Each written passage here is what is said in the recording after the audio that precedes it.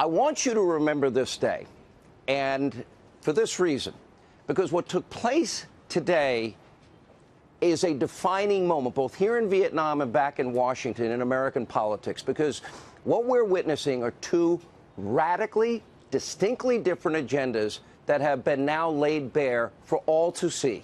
At the very same moment, as you can see, a historic summit with the President of the United States, who traveled 20-plus hours to Vietnam for a second summit, negotiating a safer world for our kids and our grandkids. What were the Democrats in Washington doing? They purposely scheduled and hauled in Michael Cohen, day two, today, of course, televised the entire day of testimony, and one more day tomorrow. Why? Just to embarrass the president they have this psychotic hate for. Now, today, on the very day the president is holding this historic, high-stakes summit, think of your kids here. How profound in the future this may be for them or your grandkids. The denuclearization of the Korean Peninsula, no more rockets being fired all over that part of the world, threats to here, threats to Guam. House Democrats, they had a more important agenda. They want to embarrass the president while he is now in negotiations and put on a circus, a spectacle in Washington, D.C. So I want you to just embrace the magnitude of this moment, because Democrats clearly are showing their true colors. This should be a day, no red, no blue, no conservative, no liberal, no Republican or Democrat. It's about safety and security for all of us. You know what? If a rocket hits some country, innocent people die, well, and we could have stopped it, because we now have clear evidence revealing exactly what they care about and what they don't care about. Make no mistake about this. Safety and security of you, the people, is certainly not at the top of their list. Instead, they would have put off these hearings to next week. Now, instead, this insatiable hatred for the president, it now consumes all of their actions, all of their thoughts. As I've been saying, every second, every minute, every hour of every day of every month, and frankly, every year since 2015, and Donald Trump came down that escalator in Trump Tower. And what we're seeing in Hanoi is an American leader fighting to make the world a better, safer place. What we saw in Washington all day, just hours ago, nonstop, was a Democratic Party, a hyperventilating, hysterical media putting politics over country with a political charade designed to just embarrass and trash the president while he represents our country abroad. I thought politics stopped at the, border's edge, right? No. That's why the House Oversight Committee called on Michael Cohen, who was just convicted of lying to Congress, to once again testify now before Congress.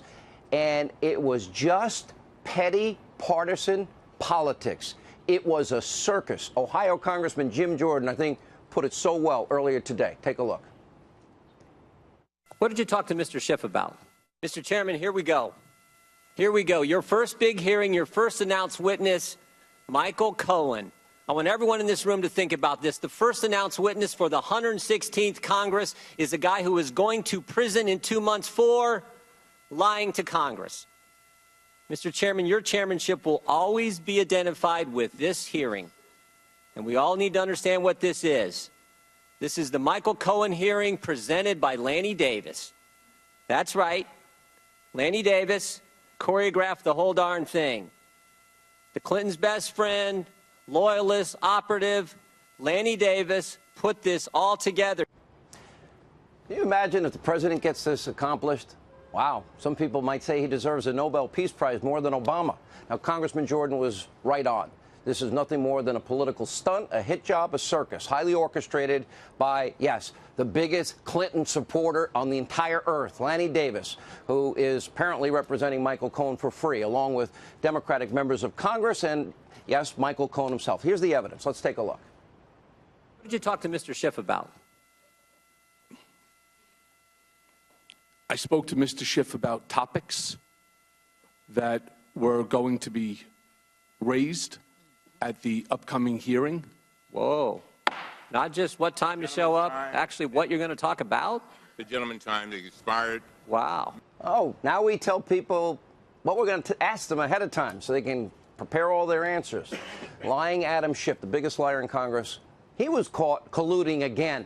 Yeah, remember the tape of him, talking to somebody he thought was a Russian, giving them dirt on Donald Trump? Sounds like collusion. Now, also, Congressman Jordan got to the very heart of why the president's former personal attorney is now participating in this political hit job against his former boss. A whole sad saga. Watch this. Mr. Cohen, how long did you work in the White House? I never worked in the White House. And that's the point, isn't it, Mr. Cohen? No, sir. Yes, it is. No, it's not, sir. You wanted to work in the White House. No, you sir. You didn't get brought to the dance. Sir. And now? I was extremely proud to be personal attorney to the President of the United States of America. I did not want to go to the White House. Now, there are multiple sources that Michael Cohen was, in fact, wanting a job and lobbying for a job at the White House. Southern District of New York, who prosecuted Cohen, they stated, quote, the following: during and after the campaign, Cohen privately told friends and colleagues, including in seized text messages, that he expected to be given a prominent role and title in the new administration. And think about this. That means, under oath, that people cared more about their agenda. Michael Cohen is already going to jail, and they put him at further risk for further charges down the road. Now, that was not the only inconsistency. He also said that the president didn't want to win the election at all, but then later said that Trump wanted to win at all costs, and even hinting at collusion, but without any evidence. He accused the president of campaign finance violations as it relates to Stormy Daniels, also said that the payment was intended to protect his brand because running for president was just one big marketing campaign. If it was a marketing campaign, the only collusion might have been, oh, Trump Tower Moscow, which everybody knew about, and so much more. Take a look. We know Mr. Cohen has been dishonest in the past. That's why he's going to prison in 2 months. But there are things today that he said during the several hours of questioning that just don't add up either. He said he never defrauded any bank when he was having a conversation questioning from Mr. Comer. Obviously, that's not true because he's going to prison for that very offense. Your first big hearing, the first announced witness of the 116th Congress, is a gentleman who is going to prison in 2 months for lying to Congress. I don't think that's what we should be focused on. By the way, Fox News just got word that there might be a walk in just mere minutes with the president and Kim Jong-un as the summit is now underway here in Hanoi in Vietnam. Now, here's the problem. Democrats don't care one bit about Michael Cohen and his family. Not at all. Because they were the ones calling him every name in the book until fairly recently. Now, as a result of their partisan hatred of Trump, they don't care about Michael Cohen. They don't care about his family. And they may have put him in further legal jeopardy with the Southern District of New York that seemed pretty mad at him already on issues involving inconsistencies. For nearly 7 hours under oath at the request of House Democrats, Michael Cohen was frankly used by Democrats on this historic day to advance what is now a psychotic hate Trump mob that exists in this country. Yet during all the testimony, we saw no evidence of Trump-Russia collusion. We saw no evidence of any crimes committed by the president. Nothing.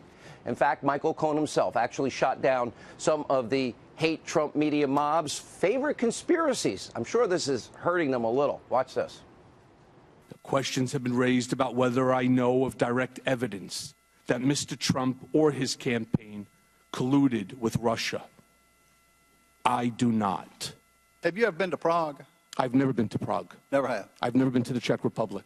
Are you aware of anything that the president has done at home or abroad that may have subjected him to or may subject him to extortion or blackmail? I am not, no. Okay. Are you aware of any videotapes that may be the subject of extortion or blackmail? I've heard about these tapes for a long time. I've had many people contact me over the years. I have no reason to believe that that tape exists. So you had a conversation with the President of the United States about your impending testimony before the House Intelligence Committee. Is that correct? That's correct. What was the nature of that conversation? He wanted me to cooperate. There you have it. The media's Russian collusion, hysteria, 2 long years, total BS by their new BFF. Nothing more than a conspiracy theory, and just like we've been telling you, but there is real Russia collusion, as we've chronicled. We won't go into that tonight. Without a doubt, Michael Cohen has been through a lot. His family has been through a lot.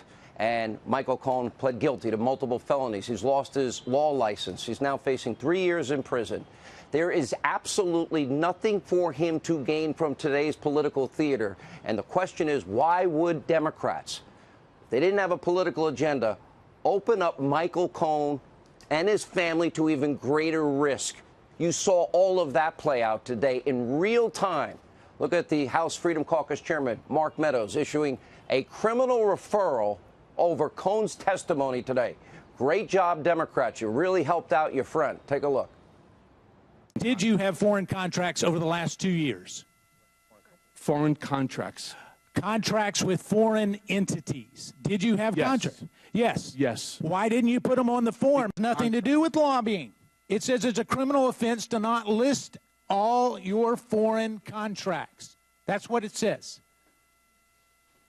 Well, then I'm going to take a look at it before I leave. You know, it's just one more example, Mr. Cohen, of you skirting the truth. Now, Congressman Meadows will be with us later in the show, but look at what the Democrats, because they so want to smear President Trump, think they cared about Michael Cohen or his family. Now he's facing more legal issues, more trouble for his life and his family. And that's no concern to the radical far-left Democratic Party, the ones that are so compassionate, willing to smear, slander, besmirch around anybody, any place, any time. That's why radical socialist Congresswoman, watch Tlaib, remember, actually implying that Congressman Mark Meadows was a racist for bringing an African-American former Trump Organization employee to the hearing to vouch for the president. An incredible exchange also showed a lot about the chairman of this committee right now, Elijah Cummings. Take a look at this. The fact that someone would actually use a prop, a black woman, in this chamber, in this committee, is alone racist in itself. Mr. Chairman, there's nothing more personal to me than my relationship. My nieces and nephews are people of color. Not many people know that. You know that, Mr. Chairman. And to indicate that I asked someone who is a personal friend of the Trump family, who has worked for him, who knows this particular individual, that she's coming in to be a prop, it's racist to suggest that I asked her to come in here for that reason. Mr. Meadows, you know, and of all the people on this committee, I've said it and got in trouble for it, that you're one of my best friends. I know that shocks a lot of people. And likewise, Mr. Chairman. But you are. And I could see and feel your pain. We can just straighten this up. Mr. Chairman, and to my colleague, Mr. Meadows, that was not my intention, and I do apologize if that's what it sounded like, but I said someone in general. Yeah, she was talking about Mark Meadows and wouldn't admit it. By the way, what incredible, I don't agree with Congressman Elijah Cummings, incredible grace, class. What a moment for him and Mark Meadows. Now, is that, by the way, the same Congresswoman that called the president a mother bleep during the rally, the same person who pals around with Linda Sarsour, a virulent anti-Semite, and actually wrote a column for Louis Farrakhan's newspaper? She represents all that is wrong with today's modern, extreme, radical Democratic Socialist Party. It's their actions, their conduct, their beliefs couldn't be any more disgraceful. It's a party consumed by hate, radical ideas. They can't even put politics aside at the water's edge for 1 week and support this vitally important mission of the president abroad. A party now embracing socialism over capitalism, a party supporting an insane Green New Deal over real-life prosperity of the American people, a party voting against a bill that would protect babies born alive that survived an abortion, a party that wants to abolish ICE, even knock down the wall that protects us. We still get 90% of heroin in this country. They want unfettered illegal immigration, open borders. A party that trashed your right to due process unless it impacts a member of their own party. In other words, Kavanaugh versus the lieutenant governor of Virginia. A party that doesn't value the rule of law, our Constitution, our way of life that has created wealth, happiness, prosperity for more people than any other governmental system in the history of mankind, and we have shared it with the world. A Democratic Party, this was a national disgrace today. What we saw in Washington